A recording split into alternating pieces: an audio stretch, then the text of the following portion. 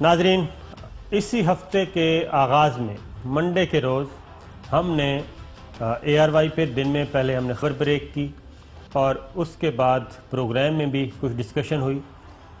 ہمیں اتنا زیادہ نہیں ہے، ہماری عادت بھی نہیں ہے کہ ہم بہت زیادہ وہ بڑکیں شڑکیں ماریں، لیکن کابینہ میں رد و بدل کی خبر دی گئی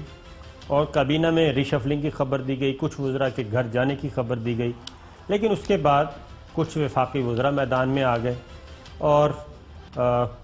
اے آر وائی کو کافی لتاڑا گیا۔ پھر سوشل میڈیا پہ ہمارے اپوننٹ بھی اور سوشل میڈیا پہ بھی ایک فضول قسم کی بحث شروع ہو گئی، فیک نیوز پروپیگنڈا کیا گیا، لیکن ہم اپنی خبر پر قائم رہے اور ہم نے منڈے کے روز 15 اپریل کو پروگرام میں کیا کہا تھا، ذرا پہلے وہ سن لیجیے۔ تو ہم اب بھی قائم ہیں کہ چند منسٹریوں میں تبدیلی ہو رہی ہے۔ پرائم منسٹر نے خود اپنے قریبی رفقا کار سے کہا یہ 5-6 منسٹریوں کا رزلٹ 0 ہے، اکانومی تو تباہ ہوتی جا رہی ہے، مجھے اس کو اوپر لانا ہے ہر حال میں۔ خان صاحب ٹیکنوکریٹ سے بھی مشورہ کر رہے ہیں، ڈسکشن کر رہے ہیں کافی پچھلے ایک ہفتے سے، اور ان سے بھی پوچھ رہے ہیں کہ پاور سیکٹر، اکانومی، ان شعبوں میں اور خاص طور پہ پیٹرولیم جو قدرتی وسائل ہیں، ان 3-4 شعبوں میں اچھی ٹیم یہ تھا، لیکن اس کے بعد وفاقی وزراء اور پھر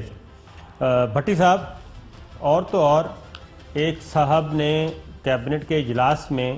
یہ بھی کہا کہ اے آر وائی کو سبق سکھایا جائے اور پیمرا سے کہا گیا کہ ان کو نوٹس دلوائیں۔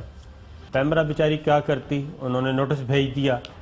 اور ابھی تک ہم اس کا جواب تیار کر رہے تھے کہ آج وہ ساری کی ساری خبر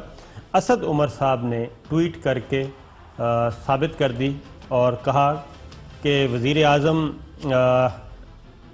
جو ہیں وہ کابینہ میں ری شفلنگ چاہ رہے ہیں۔ As part of a cabinet reshuffle, prime minister desired that I take the energy minister portfolio instead of finance, however I have obtained his consent to not take any cabinet position. I strongly believe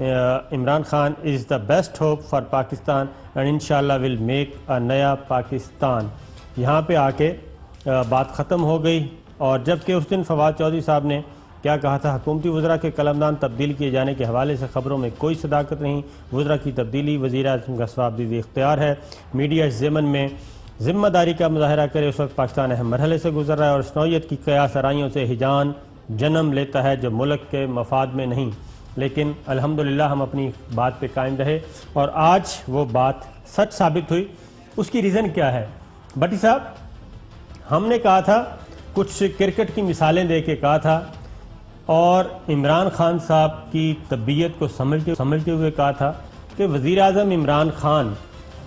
کا ایک ہی فیصلہ ہے کہ جو کام نہیں کرے گا وہ گھر جائے گا اور وہ کسی سے کوئی روح رعایت نہیں برتیں گے۔ یہ ہے عمران خان۔ ایک کرکٹ